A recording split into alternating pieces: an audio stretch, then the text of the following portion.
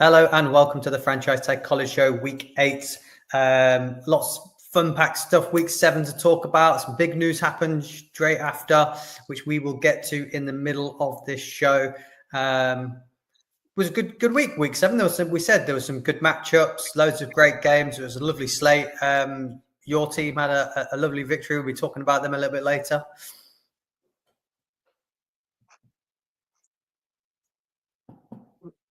Have I lost Alex? Are you still there?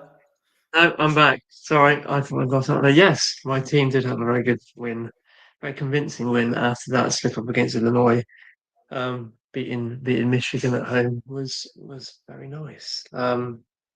Really showed the depth of USC's running back room after both Wayman Jordan and Sanders went out injured, and then they had to rely on the backups. King Miller had an awesome game, and then they also Brian Jackson, who shouldn't have been playing at all, wasn't even dressed for the game. And I think now I've seen that USC might have incurred a bit of a fine for that, for playing a player that wasn't on the list of starting or eligible players for that game. But still, I was happy because he turned up and put in some big plays, and they ran all over the Wolverines.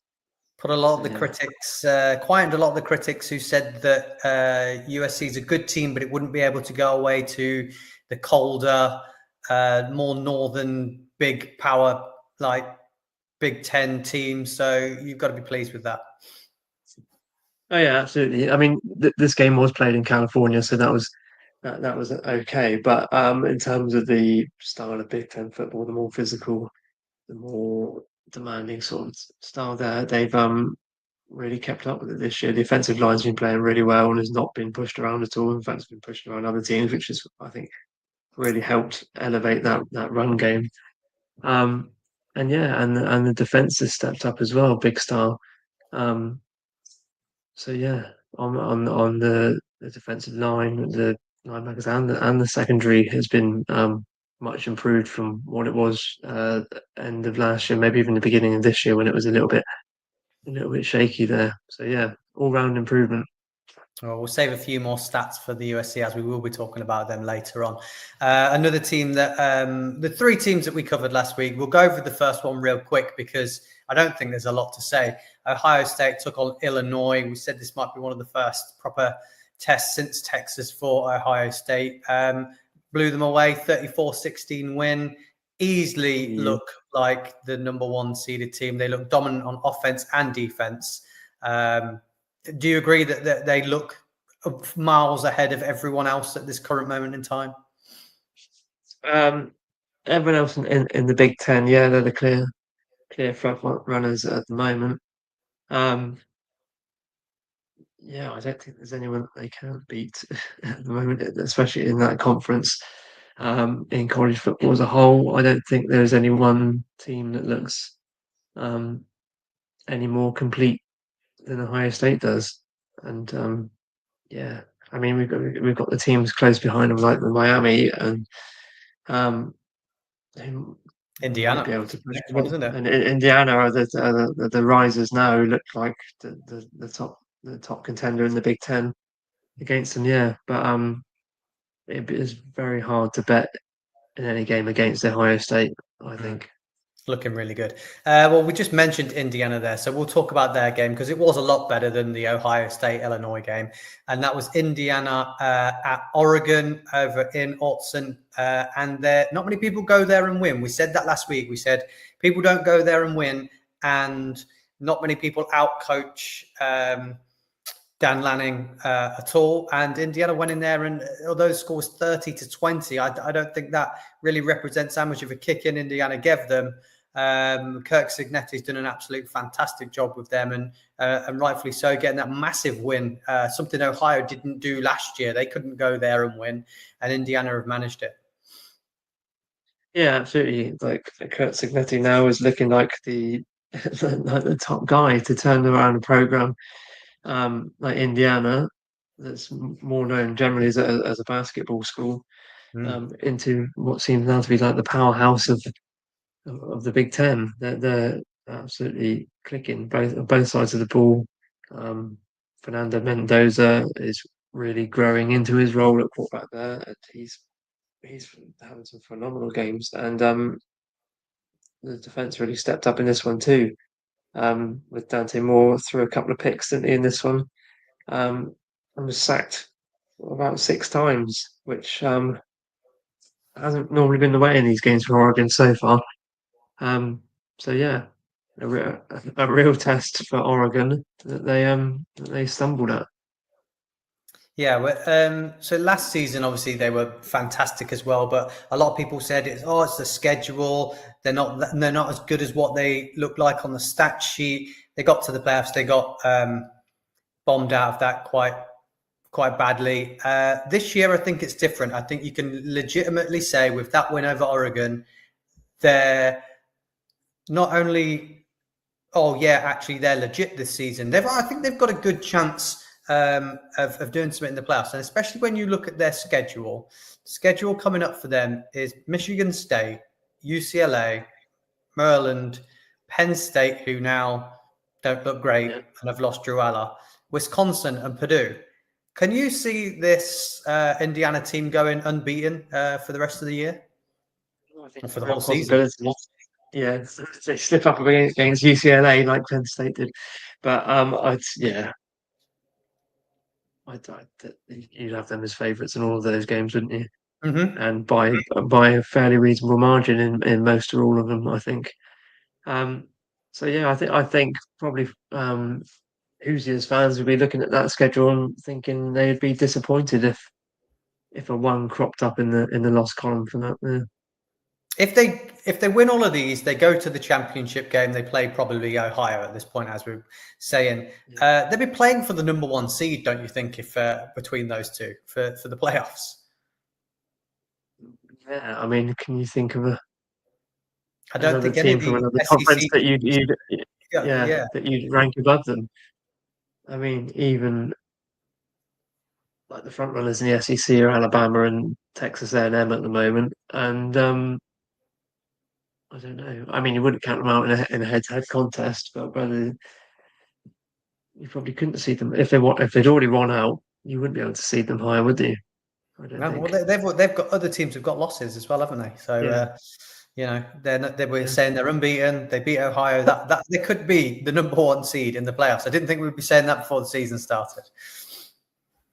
No, absolutely not. But it'd make for a nice story, wouldn't it? One of those underdog to. Well, I mean, they started proving themselves last year, but yeah, underdog to top dog in the Big Ten and maybe beyond.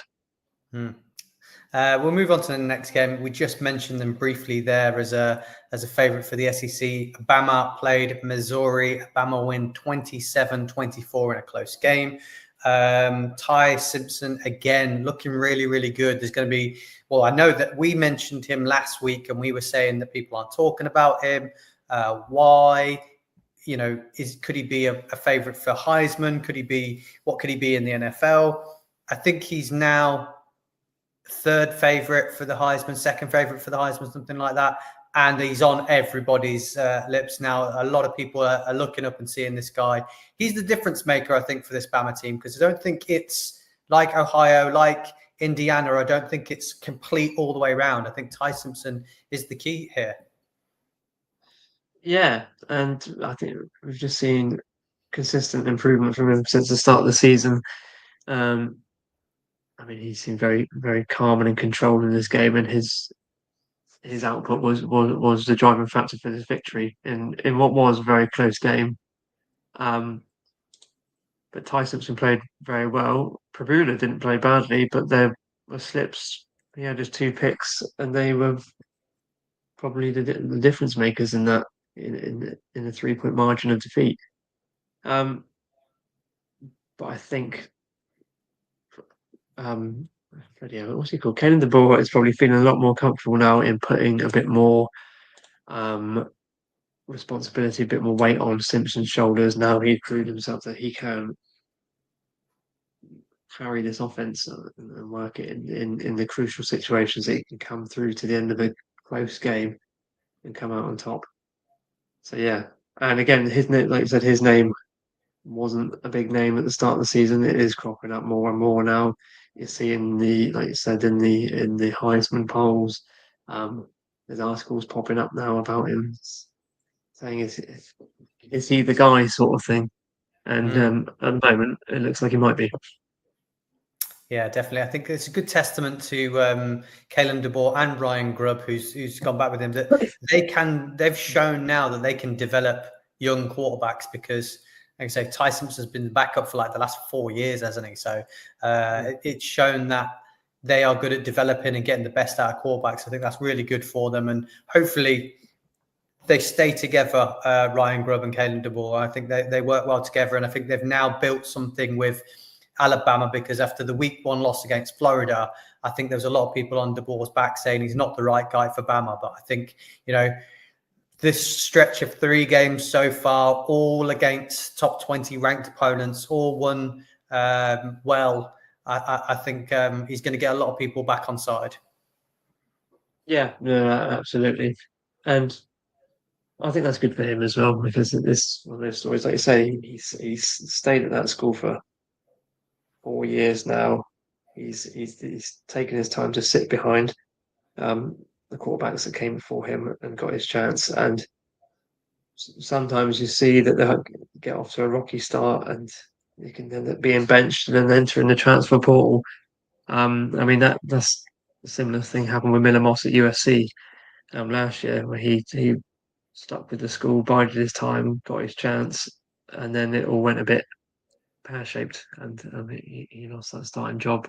Opposite for Ty Simpson there, um, and yeah, they've got to have confidence in now, and I don't think many people watching him over the recent weeks would pick many other quarterbacks ahead of him.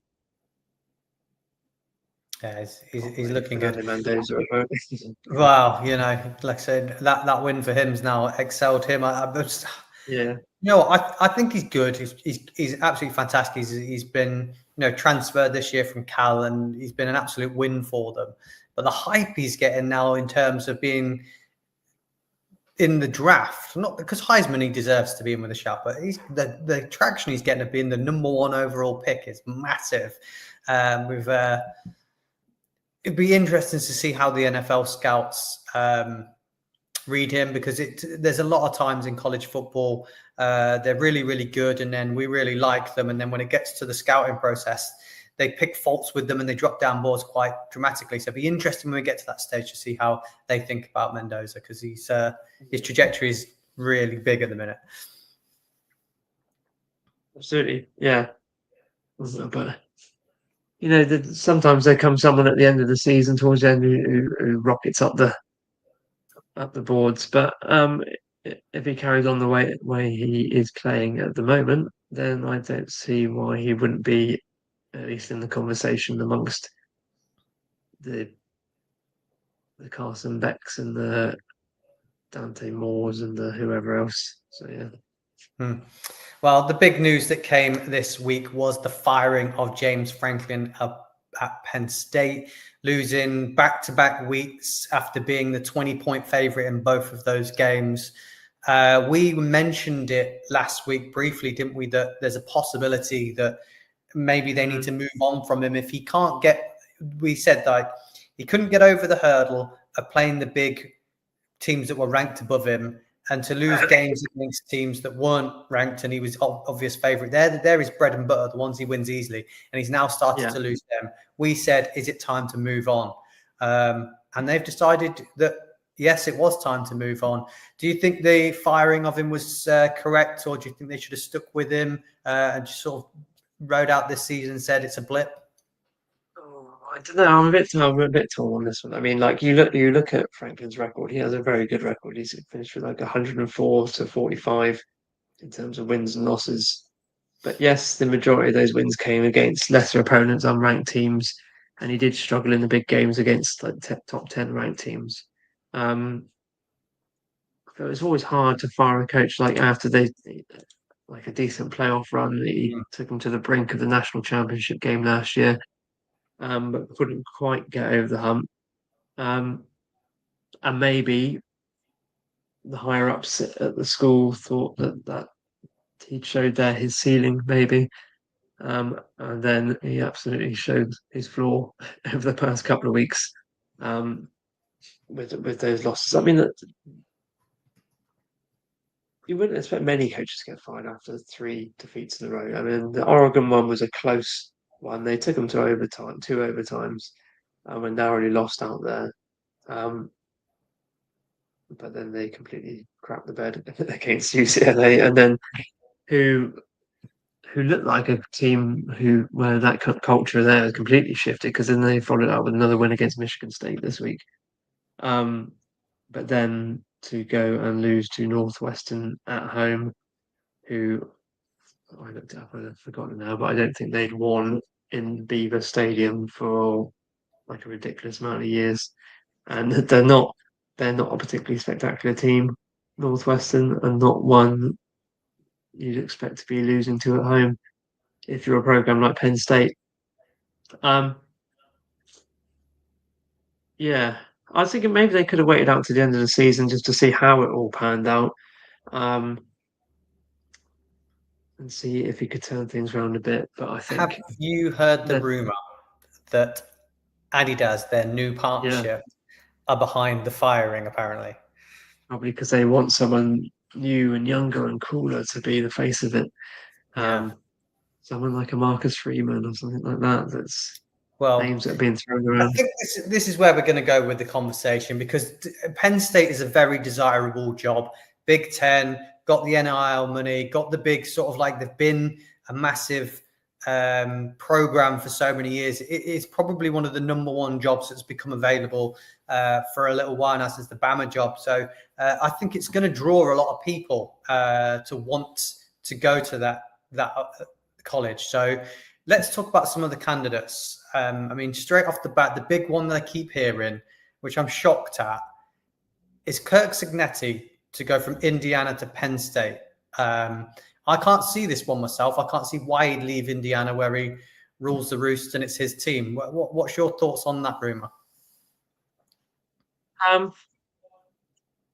it's I think it's one of those ones where it'd be very tempting, but he's got Signetti's got a chance to establish himself as a bit of a legend in Indiana if he can turn that program completely around and take him to the playoffs and even further to the top, then he would be immortalized at that school. But then Indiana isn't one of those traditional blue blood schools that Well, as you in said, ter- it's a basketball school, isn't it? So, you know. Sorry? Yeah. So does he? I mean, I was listening to this on. I think it was on the College Game Day podcast when they were talking about. Do you want to be like a legend at the one school where people remember you and say, "Oh yeah, he was a really good coach," and that, or go on to one of the really top big name schools and become like a national name that everyone would know, that everyone would um, hear about, and just like an overall sort of legend there. I mean, I would hope he would stick if he was offered that he would stick with Indiana and I think, do his yeah, I best to think take he's them going to to the get top. the draw. I think with what he's achieved over the last 2 years and the fact that he rules the roost there as uh, the whole program, I would have thought he'd get some draw with NIL and be able to bring in some people and recruit quite well. So I think he can become that.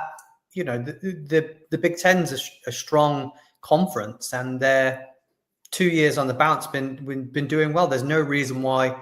You know, you could argue they've been better than Penn State for the last 2 years. So there's no reason he can't continue that legacy at Indiana. So I find it a very odd conversation. He's the big favorite to take that job. Yeah, we'll see. The See, next see name I'm what going to give the next yeah. game up. The next name is Manny Diaz, a guy that Penn State will be very familiar of because they let him go out the door last year to go and be Duke's head coach. Any thoughts on? Do you think they bring Manny Diaz back with the ties that they've had, or do you think that's run its course and he's got to go and learn the head coaching role a bit more before he comes in and takes the Penn State job? Maybe, yeah. Um, it might be they just want to go in a completely different direction. Want to come from a completely separate coaching tree and start afresh completely. Remove all ties. I mean, there's not that many for James Franklin now. I think who's taken over as interim head coach? Got his name now. Hang on, but he was the only remaining member of staff from the original um, staff that Terry Smith, that's his name. Terry Smith, who was the cornerbacks coach. He was the original member of staff that came with James Franklin. I don't know. Do you think Diaz is if we're linking it to the Adidas rumors, is he a big enough and a sexy enough name there? I don't think so. I think people are just saying it because he's doing a good job at Duke, and he was there before. I think that's the main reason his name's coming up. I think they've got to go after an already established head coach that's been doing it for a while and can set a culture and do something different to what Penn State have been doing. I think Diaz is just more of the same, isn't it? So the other big name that I've heard is Matt Rule. Matt Rule's name keeps coming up at Nebraska. You know, he is overachieving at Nebraska. We thought this might be the case with him. He's a fantastic college coach. Didn't quite make it in the NFL. But that's another big name to draw in. Do you think Matt Rule has got a chance of being on the end of the phone for this job?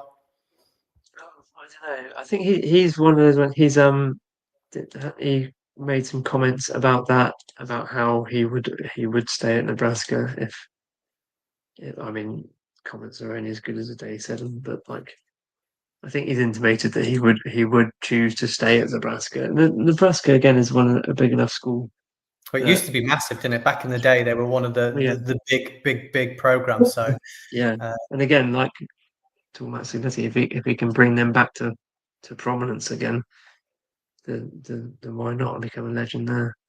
But you never know. Money and fame sway people's heads in different ways, sort of thing. So you never know. But they are. I was gonna say, I think if we were going from the Adidas angle, then they would target someone like a Marcus Freeman, who's a young and upcoming coach who went into Notre Dame after Brian Kelly and completely changed the ethos in that one and turned it around and yeah, brought them back up to a very high winning side. Well, took them to the championship game, didn't he, last year? So there you go. But Notre again, why would he leave Notre Dame? Why would he leave? So Notre Dame's got a good thing going, and they're a big program as well. It's not as if they're a small program.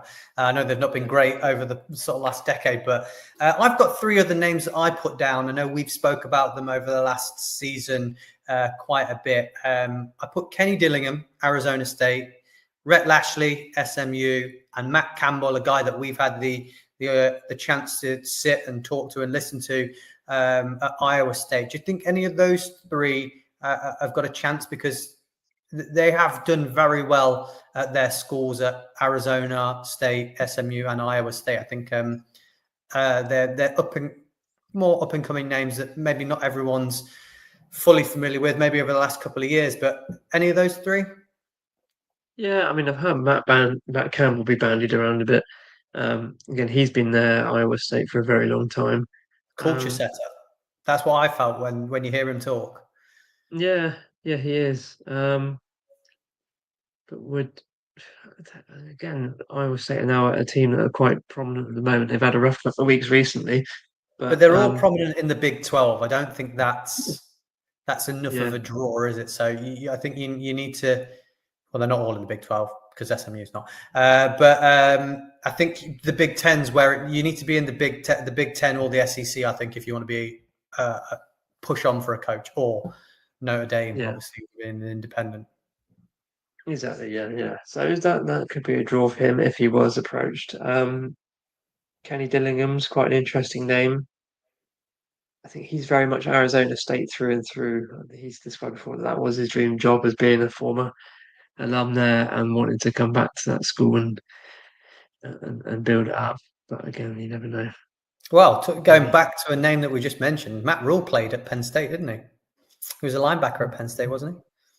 Yeah, so some ties there. So Yeah. Was there any other names you had on your mind that might get it, or do you think it's you're going with Marcus Freeman? Well, I mean, I think that I'd go with him as an ideal candidate, but I don't know, I get them. But no, I don't know who else would. Nick Saban's not going to come out of retirement for it, but you know, you never know. I'll give you the other name that someone that I really, really like mentioned. And if he mentions it again, I'll stop listening to him. He said Heartline might be a good one for the Brian job. Hartline. Mm-hmm. Do you reckon? I can't see that happening. No. I mean, I don't think he's got the. He's doing a good job, but I don't think he's got the necessary experience to. Well, I think that it's more of the fact that he's been there, he's done it, he's been around the team that's been to the playoffs, won championships, and done all that. I think that's kind of the thinking behind it. But to go from Ohio State to Penn State, I think is probably not the direction he should be going if he wants a bit of a following to go with him. No, maybe not. Maybe not. Good luck trying to get other people in the organisation to go with you. Well, that's the Penn State chat. Let's talk about the upcoming games this week. That's what we're here for, really. The first game I've left the big game till last, so don't worry about that. The first game I've got is Ole Miss, the 5 seed against Georgia, the 9 seed. Georgia are the 7.5-point favourites in this, despite not being the higher ranked team. Both these teams have kind of had their struggles over the weeks. I think Ole Miss has played really, really well, but they're winning games narrowly against people they should beat comfortably. So I'm not 100% sure how good the Ole Miss team is. They've got that win against LSU, haven't they? Which now doesn't look as good as what it did when they first won it. And then last week, I think they won by 3 against Washington State. So it shouldn't be that close. And Georgia, again, hasn't been fantastic in my eyes. I think they're the bottom ranked team in the SEC for pressures on quarterbacks and sacks, which you don't usually hear from a Georgia defense. I'm not 100% sold on their offense yet. Do you think who's your money lie with this matchup, and who do you like?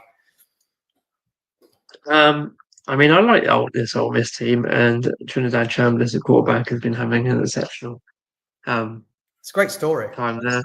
It is a great story. I mean, I feel bad for Austin Simmons, who bided his time as well to become the starter and then out through injury. But that happens. But yeah, he's a tough playing quarterback. But so is Gunnar Stockton on the other side, who's been quite interesting to watch this season. Yeah, like you said, the margins of victory for Ole Miss haven't been great, but they come through in those close competitions. Georgia had a bit of a wobble last week though against Auburn. Some dodgy timeouts as well from Kirby Smart. But yeah, obviously they're a team that in a similar vein to Ohio State, but maybe not as good as Ohio State this year. But a team that knows how to and is set up to win. And is one of those teams that you expect to win, and anything but a win is normally quite a surprise. So I can see why most people are leaning towards Georgia in this game. But, they have had the loss when they were upset but that was Alabama, who are like the top team in the conference now. So, yeah. I don't know. It's Georgia, I think, are gonna win this. It's in Athens. Yeah, it's in Athens. And I think if I'm a betting man, though, which I am, I'm probably going to take the plus 7.5 on Ole Miss, just as a sort of against the spread. I think it will be a lot closer. I think it's another 3-point game, 3-4-point game. So I do think it's going to be close. I think Georgia might have the edge. I think Ole Miss will start strong because I think Georgia have been slow out the gates. So I think Ole Miss will start strong and get on the board early. And I think haven't Georgia had? Am I right in saying this? Haven't Georgia had 2 second half shutouts? Am I right with that? I'm wrong. Did they last week? I think they might have done last week. Let's have a look. Is it Georgia that have done that? Someone's done it. They did last week, yeah, against Yeah. Auburn. And then Kentucky the week before. Was it Kentucky? Yeah, and Kentucky as well was no, Kentucky scored in the fourth quarter on that one. Oh, okay. I thought they'd had 2 second half shots. Maybe so they've had two this Oh no, it season. is Alabama. It was against Alabama. They had the second There we half go. shutout. There we go. There we So go. But they fortunately, Alabama had scored enough beforehand to hold on. Kirby Smart obviously can work out teams quickly and plays well in the second half. So I think Ole Miss will start strong and Georgia will be great in the second half. So it depends how much of a lead Ole Miss can get in this game because this is going to be interesting. So I think it's going to be a lot closer than what the bookies think on this game. Yeah, quite possibly, yeah.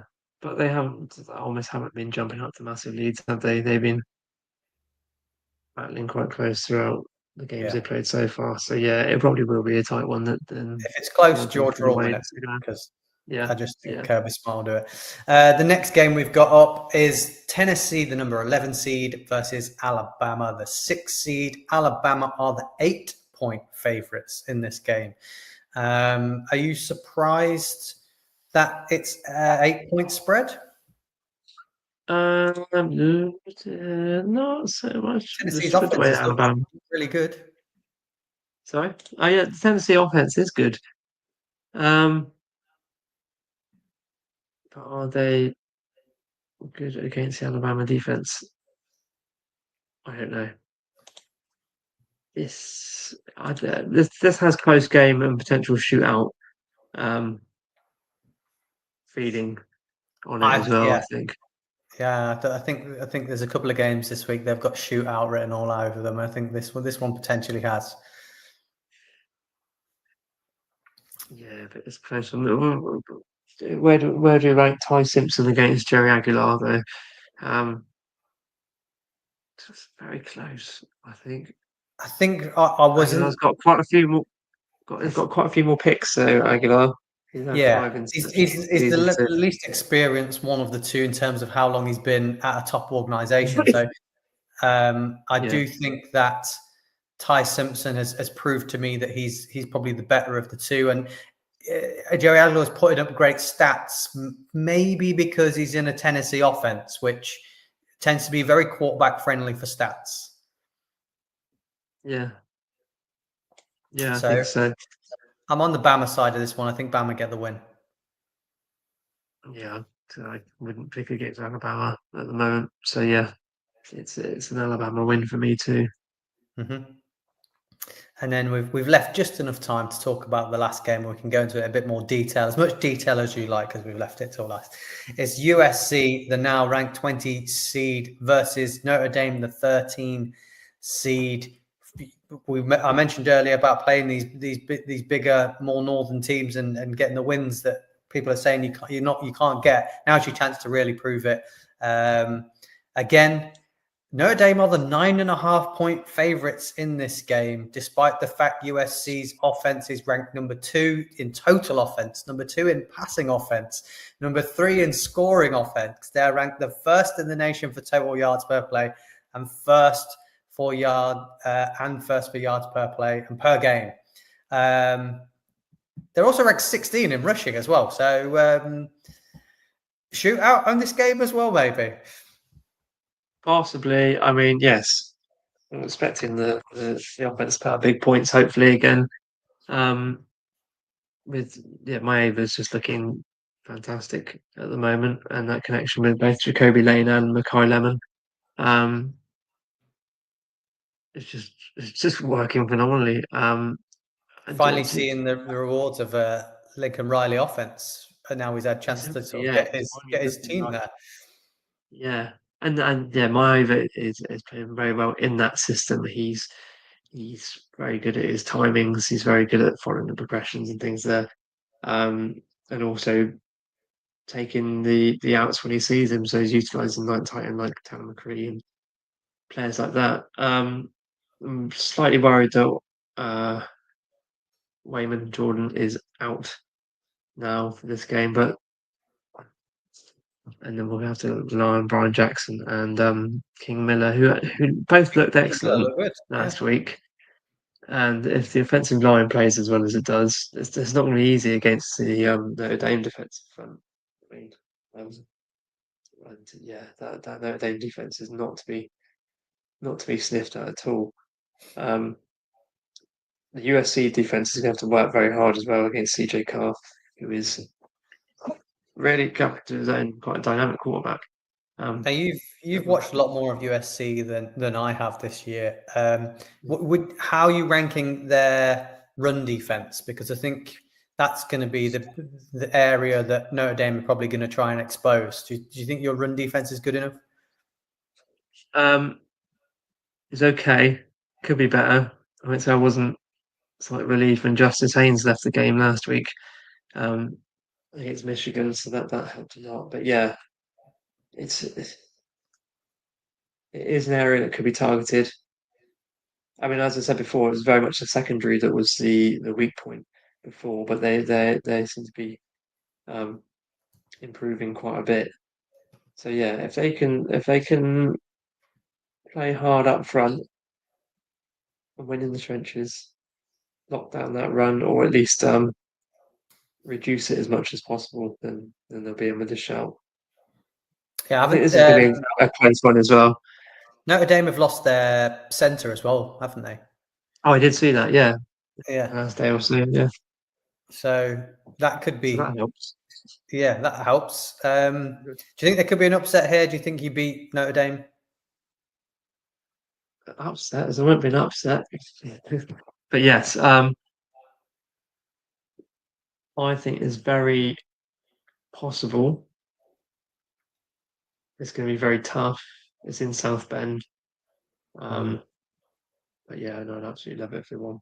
I don't think the team, the skill levels of the team and where they are at the moment, they are capable of beating them. Whether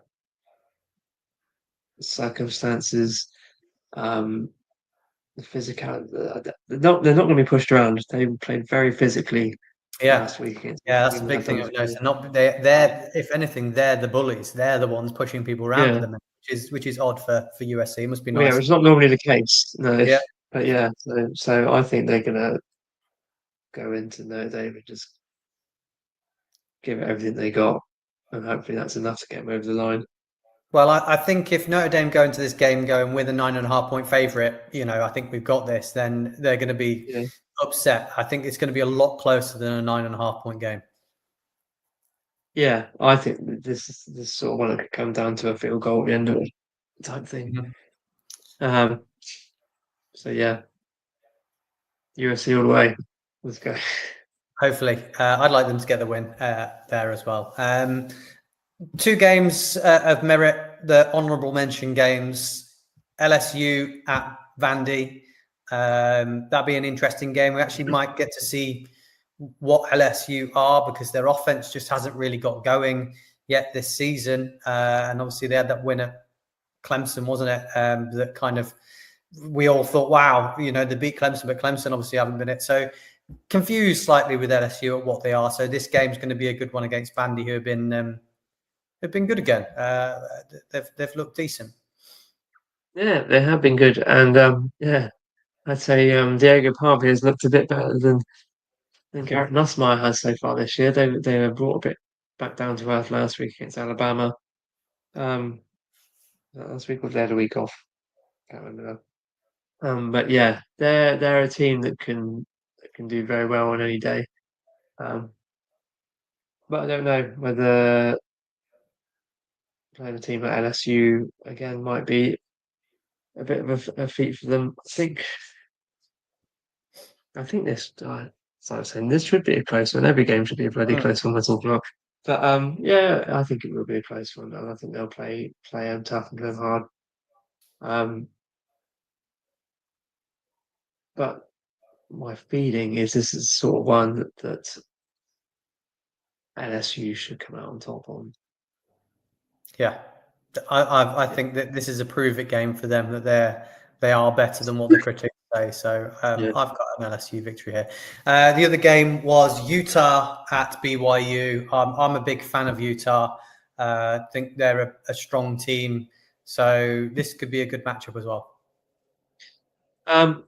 It could be, but then we look at BYU last time out and Bear Backmeyer in it, yeah, who probably started slinging it. I think he had about 350 yards in their last game, and it sort of unlocked their aerial offense now, which could be a bit of a problem. But yeah, I think it's gonna be a close one again with two potential favourites for the Big 12. But everyone's a bloody favourite for the Big 12. Yeah, but I mean, like, both of these teams have been good from the off. Utah, I felt, have been a bit more under the radar to start and have just gradually risen up, whereas BYU feel like that sort of team who are flying at the moment, but are due a slip up sort of thing. Yep. Well, yeah, they've not massively played anyone, Colorado and Arizona so far. So they've not played anybody massive. Whereas Utah have played Arizona State already. I know they had that loss against Texas Tech, but Texas Tech look the real deal, don't they? They look really, really good. So yeah, I think Utah get the win here. Yeah. I think heart says BYU, head says Utah. In this one, it's a central hit. I mean, and it's a local derby type game. So it's going to be quite fierce, I think. But yeah, that's IQ. I think we'd see Utah come out on top. Good game to keep an eye on. It'll probably be a close one. Well, I think that what we've got from this week is everything's going to be close. So if there's any blowouts, then there will be blowouts. You need USC is to going to be. There we go. Yeah, there you go. That's the blowout. Well, that's all we've got time for today. We'll be back same time next week. But till then, keep it the franchise tag and see you.